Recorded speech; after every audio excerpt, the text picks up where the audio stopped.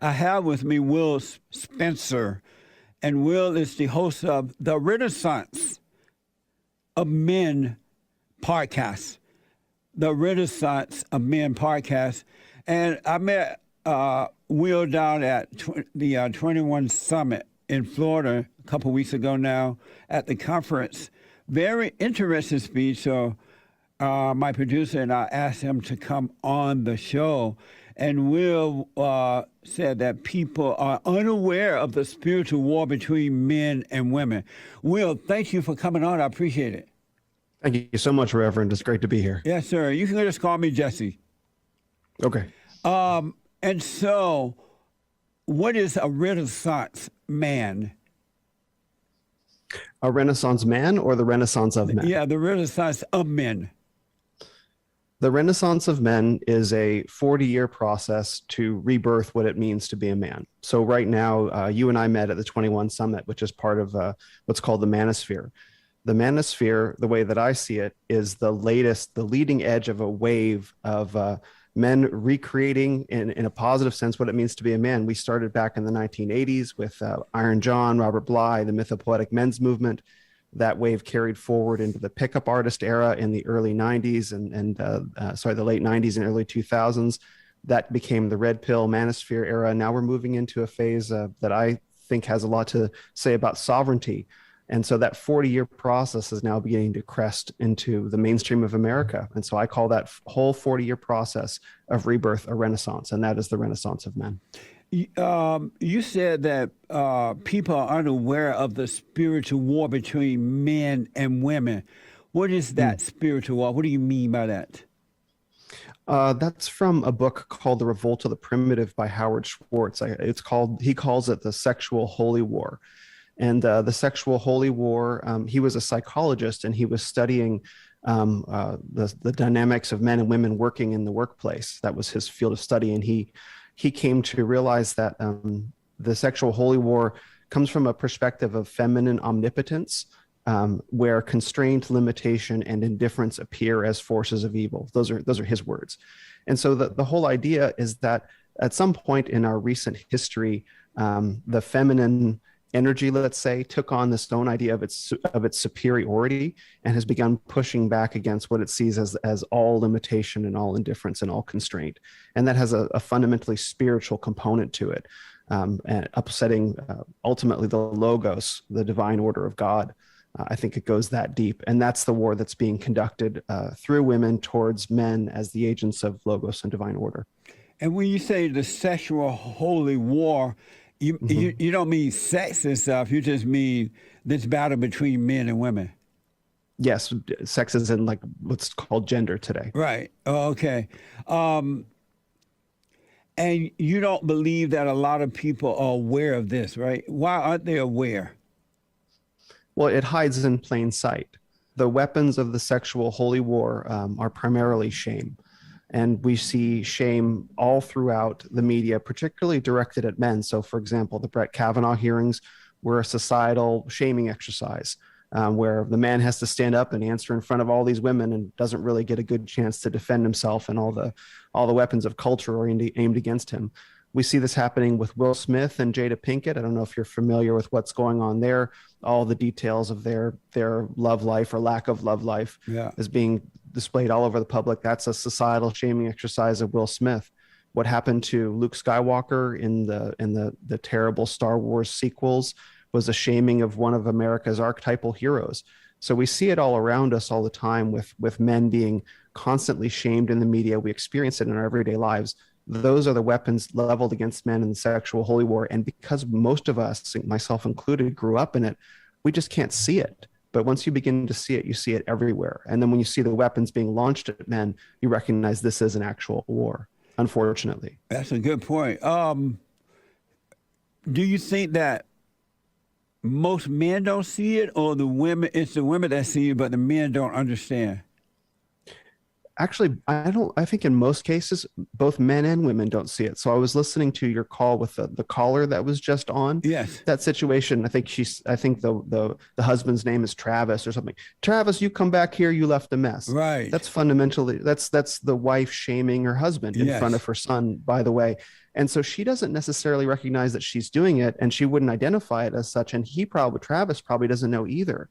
But that's the war around the dinner table, where it's like, you just shamed your husband and he took it. And that's been going on for, who knows how many years. Yeah. And that's the war right there. And she's just used to that arrangement of power, of being able to use those weapons of shame against her husband. And the husband is just used to taking it. And I could feel that in my gut, how I would feel. And that's the war taking place in front of us. It's like the husband become the boy and the wife become the mama. Yeah, very much so. Yeah. Very much so. You have been, you talked about what you have gone through in your life, and that the journey of your pain into manhood. You said that you used to date a woman that was 20 years older than you. I did. What? Yeah. How did that happen? A bunch of different ways. Let's just say I didn't really feel that at that stage in my life that I could have standards as a man. We kind of stumbled backwards into a relationship, and there were many things about it that I wasn't thrilled about. And without wanting to divulge too much confidential information about people, Absolutely. I can say that a couple of illnesses were involved that extended that relationship for much longer. But I just felt that I was in this position and I couldn't leave it. And I was getting, let's say, negative social pressure from everyone around me that, you're a man, men don't leave. What are you talking about? You're just supposed to just accept that, because that's what men do.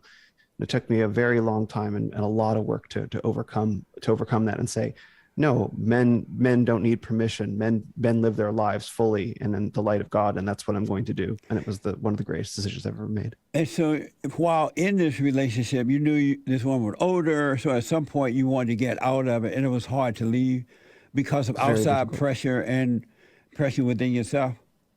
Yes, very much so. Amazing. So, what did you learn about you from that? From the process of transformation, or from being in a relationship? Being in that relationship and then overcoming it. Oh, yeah. The most important thing that I learned was that my natural desires for myself as a man were good and true and noble and just, and I had no reason to feel ashamed of them. That if I wanted to feel, for example, some of the things that I wasn't feeling in the relationship, let's say fulfillment, we'll broadly call them fulfillment. Yeah. That if I wanted to feel fulfilled in my relationship and I wasn't feeling fulfilled in my current one, I could leave, no matter what anyone said. As long as I didn't have intent to cause harm, I could leave. I didn't have to stay there. I wasn't owned. I didn't belong to this person, and I didn't belong to my friends either. Yeah. That I had the freedom to choose my own course in life. And despite all my own inner programming and despite all my outer programming, I could choose my course in life if I felt that I was, if it aligned with my conscience, let's say, and it did. And so I took that step. You also write, and I've been talking about this a lot lately, is that as an adult, we're supposed to, we should stop blaming others for what we get into or what we do, because as long as you blame someone else, you're never going to go free from it. It's like people who blame are living in the darkness and they cannot see. That's why they're blaming, right? You write about how you used to blame everyone but yourself.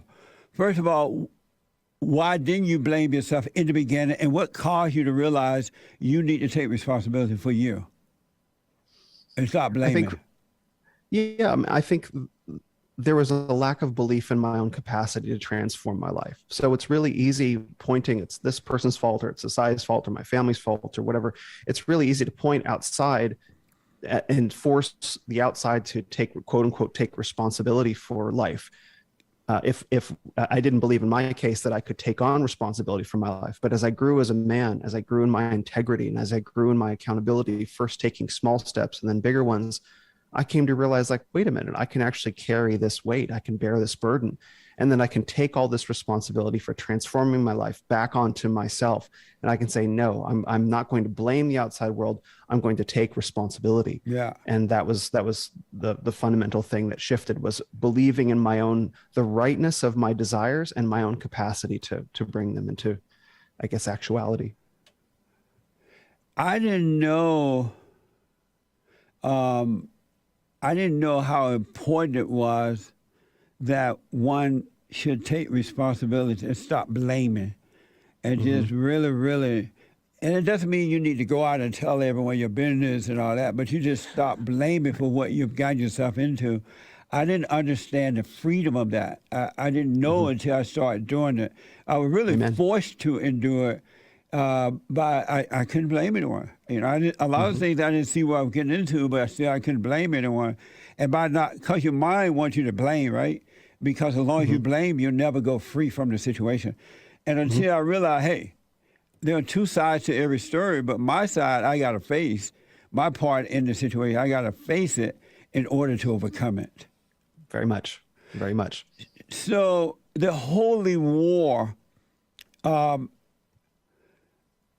do men participate in the holy war? Can you tell us more about that? Meaning how do men fight back, or how do men unknowingly participate in the holy war? How do give me a couple more examples of how they unknowingly participate in it, but how do they start to fight back to overcome it? So the first way that men unknowingly participate is by being susceptible to shame, particularly from we'll say vicious women, which exist unfortunately, and weak men. Yeah. So we can see shame coming at us all around us all the time if we begin to look. So for example, Gavin Newsom's wife tweeted, I think yesterday, about how just because he doesn't show up, for his meetings, that doesn't mean something's wrong, and get a life, is what she actually said. I know. That's Gavin Newsom, just for those who don't know, is the governor of California, and it was said that he took the vaccine, and ever since taking it, no one has seen him for the most part. And that's what you're responding to, like 10 days. Yeah. So his wife says, get a life. And that's essentially shaming, right? The message is, you don't get to have an opinion about what's going on with my husband. Naturally, it's coming, right? So men participate in that by not seeing that for what it is. It's like, because the response to that is, no, I actually do get to have an opinion about your husband. Yeah. Why don't you have him step in front of the Twitter for 2 seconds, say, hi guys, I'm fine. Yeah. But he didn't do that, right? Okay. So men participate unknowingly in the sexual holy war by not seeing that for what it is, which is shame. So the way that men begin to fight back is, our natural response as men is to want to fight back, say physically, because men are blessed with physical strength compared to women. But that actually is not the right way to go about it. The first way to begin to fight back after seeing it is you have to basically get right inside your own body with yourself. Yeah. I say, we're a family-friendly show, so I will say physical fitness is incredibly important, because I believe shame lives inside the body in the form of, I believe, fat cells. When you see someone who's overweight or someone who's too skinny, that's a sign of someone trying to disappear from shame. And through physical fitness, you show up in the world. You show up very physically, and you allow yourself, to be targeted, to be shamed. Like, who is this man carrying himself that way? You actually have to carry yourself that way, and you have to be able to take on the shame. And then you can only do that with brothers around you. Those are the first couple things. So get in shape, show up in the world, fix the way you dress, fix your physical posture, change the way that you eat, exercise, be physically present, find your brothers. And then the most important thing is to get right with God, because God is the one who makes me legitimate, redeems us, reconciles us to him, and frees us from the shame that's being projected at us from all around us in the material world. Yeah, I remember you talked about how much weight you had, all the weight you had put on at one time. I guess while with this woman, 20 years. 10 years. 10 years. I mean, but she was 20 we were together years 10 old, years. right? Yeah. And you got off. You took off the weight. You went to the gym, I guess, worked out, and you got rid of it. That's amazing. That's right. It was the best. I gave myself the gift of life. It was the best gift I've ever given myself. I noticed that women love shaming and degrading men. Many do. And why is that? It gives them a feeling of power. Not all women, fortunately, but like when someone's talking about find yourself a good woman. Yeah. What they're actually talking about in many ways is a woman who doesn't feel that she needs to shame men, that can respect men for what they are and love them for what they are, and doesn't need to use the weapons of shame. Yep. It gives women, many women, a feeling of power over men, and it's a very real power. Shame is physical pain. Like when you've truly felt shame, if you've ever felt that before, been shamed by somebody, it causes physical pain. It's a way of causing physical pain in somebody without laying a hand on them. And unfortunately, there are lots of people that get off on power. There are lots of men that get off on physical power as well, obviously dominating over others, but shaming is invisible. Shaming is a form of invisible power wielded over men, and it can be very addictive and very difficult to give up. What should a man do in the moment that he's been shamed? Well, it depends. It depends on if the shame has landed, because it's possible for someone to throw shaming insults at you and for it to just bounce off. Like, that doesn't even land for me. Yeah. And that response will be different than if, oh, that hit.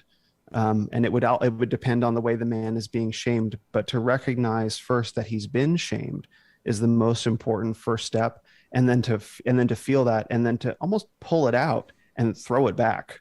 Right. Like, that's allowed. Right. So that's probably the general overview of that. I remember when I was a beta male, but I used to, when people would say things about me, whether they're true or not, I would feel ashamed and hurt by the words that they would say. But then once I overcame the beta male, then meaning I overcame the anger, and so far, I don't know what tomorrow's going to bring, right? But so far, words of shame does not penetrate. They don't bother me at all, because I know that once people lose the debate, they have to go to trying to shame you, embarrass you, hurt you. And I know that those people doing that, they don't have any love. So it's not, I don't take it personally. That's right. And I'm not affected by words so far. Thank God for that, because word can make people really destroy themselves. I know people who have committed suicide out of being afraid of being shamed once they're found out and all that crap, not realize no one has the right to judge one another, right? But because they didn't know how to handle shame, they would rather kill themselves than deal with that. We see that everywhere nowadays. Yeah. When there are lots of people that are really afraid to begin speaking out against medical tyranny because they're afraid of being shamed. They've spent the past 2 years shaming everybody, terrible Trump supporters, anti-science deniers, all that stuff. Yeah. And they now are being confronted with the reality that they've made a bad decision. And they're deathly afraid of commenting about that publicly or taking a public step, because they know that they will be on the receiving end of the same shame they've dished out for 2 years. Yeah. And they're not morally strong enough to take it. And it's painful. I was debating a mean, nasty woman yesterday, and fat, nasty woman. And I was talking about the role between men and women, how women are evil and what they're doing to the men in the homes. And she's like, "Are you married?" And for some reason, she thought I was married. And then I said, "No. Why do you keep saying I'm married? I'm not married." "Are you gay? You must be gay." I'm like, "I understand what you mean. It's the worst thing to be a homosexual." She's like, "No, it's not the worst thing." But she was trying to throw out these shaming words.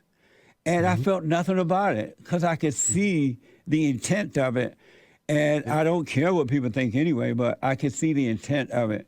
She also said I had made a baby, and the woman had an abortion in some state I'd never been to, or don't know.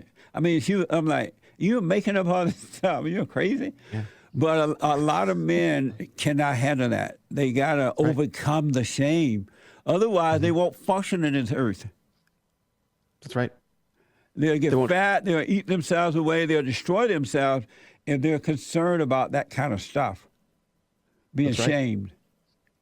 Amazing. They'll hide. Yeah. Our time is running out real fast here. What are some of the 3 or 4 the number one things that men complain about when you talk to them? If you can think of something. That men complain about in their lives. In their lives. Yeah, dealing with things.